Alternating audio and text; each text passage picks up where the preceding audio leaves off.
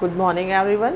Here we discuss chapter number 1 of civics, that is role of constitution and needs of law. इसमें हम बात करेंगे कि constitution क्या है, उसका क्या रोल है एक कंट्री के लिए, एक सोसाइटी के लिए, एक ऑर्गेनाइजेशन के लिए, और रूल्स एंड लॉज क्या होते हैं, यानी कि लॉज यानी कानून की ज़रूरत क्यों होती है. Rules and laws are necessary for the proper functioning of an institution, society, state और country.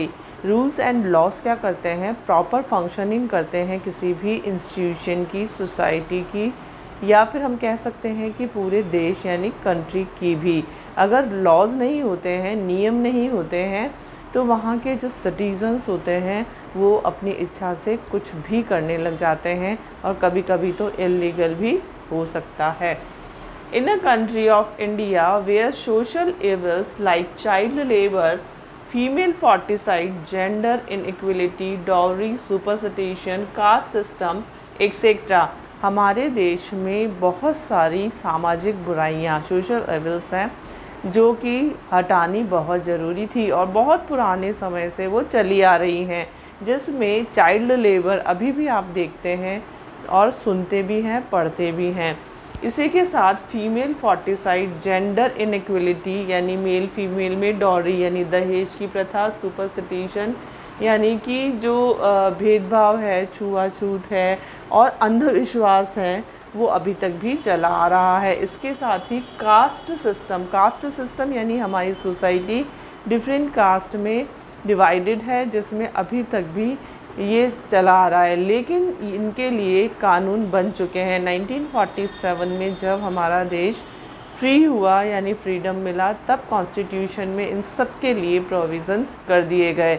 यानी कि अगर प्रोविज़न्स नहीं होते, लॉज नहीं होते, तो ये सिस्टम आज तक भी चले आ रहे होते. जैसे कि dowry prohibition act was passed by the government in 1961. दहेज प्रथा का नाम आपने सुना होगा. दहेज प्रथा एक ऐसा सिस्टम है जिसमें मैरिज में डॉरी यानी कि दहेज लिया जाता है और बहुत ज़्यादा लिया जाता है, जिसको रोकने के लिए गवर्नमेंट ने 1961 में एक लॉ पास किया जिसमें प्रोहिबिट करना यानी कि रोक लगाना, दहेज पर लेने और देने पर रोक लगाई गई ताकि हर किसी को इन परेशानियों का सामना न करना पड़े. और यहाँ तक कि इसके लिए बहुत सारे पनिशमेंट भी डिसाइडेड हैं. डिफरेंट टाइप ऑफ क्राइम यानी कि इस डॉरी में क्राइम भी वो लोग कर लेते हैं, यानी कि जो उनको एक्सप्लॉइट किया जाता है उसके लिए, डोमेस्टिक वायलेंस जो किया जाता है उसके लिए, कैश के लिए, और भी बहुत सारे हैं डिफरेंट क्राइम्स हैं जिसके लिए पनिशमेंट है. यहाँ तक कि कैश पनिशमेंट के साथ साथ इम्प्रिजनमेंट यानी जेल भेजने का प्रावधान भी दिया गया है.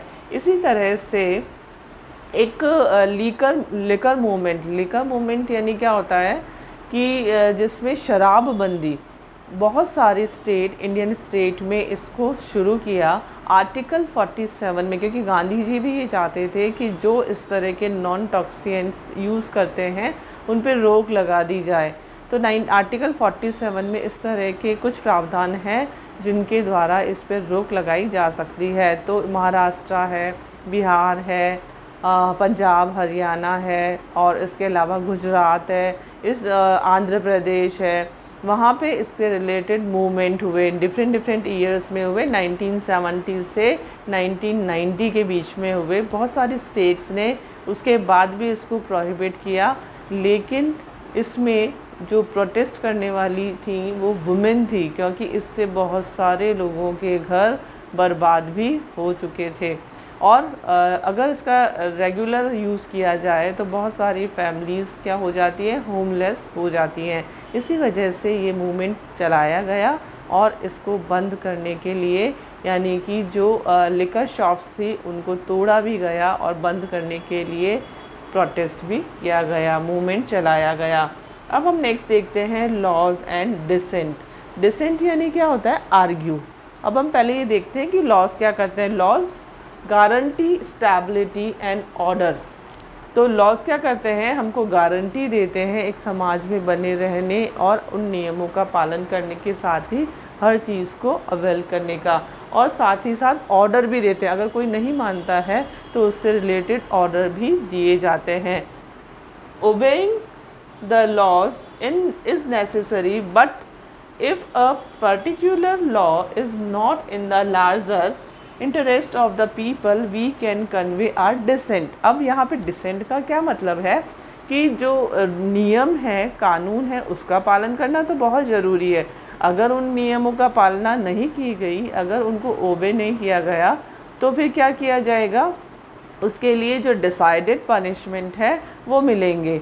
लेकिन जो लॉज बने हुए हैं, यानी कानून जो बनाया गया है, अगर एक वो लार्ज इंटरेस्ट यानी कि होल सोसाइटी से रिलेटेड नहीं है, और अगर वो किसी एक पार्ट के लिए ही है, तो फिर क्या किया जा सकता है, रेस्ट ऑफ पार्ट उसके लिए क्या कर सकता है, आर्ग्यू कर सकता है, उसके लिए अपनी विरोध जता सकता है। जिसके लिए हम रिजर्वेशन सबसे अच्छा एक एग्ज़ाम्पल लेते हैं कि रिजर्वेशन में वो क्या था, SC ST OBC और सम पार्ट ऑफ सोसाइटी के लिए था, यानी होल सोसाइटी के लिए नहीं था। तो उसके लिए क्या किया गया, जो रेस्ट ऑफ सोसाइटी थी यानी जनरल कास्ट थी, उसके द्वारा क्या किया गया, डिसेंट यानी आर्ग्यू किया गया, यानी कि वो इसे नहीं मानते के कारण कोर्ट में दिए जाते हैं या प्रस्तावित किए जाते हैं।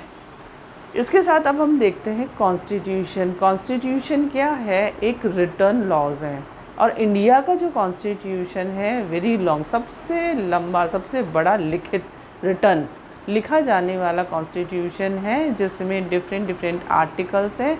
इसमें 12 क्लॉज है, 365 इसमें हैं और 12 क्लॉज हैं, और उसमें हर तरह के नियम दिए गए हैं, जिसे हम नेक्स्ट वीडियो में पढ़ेंगे। Thank you.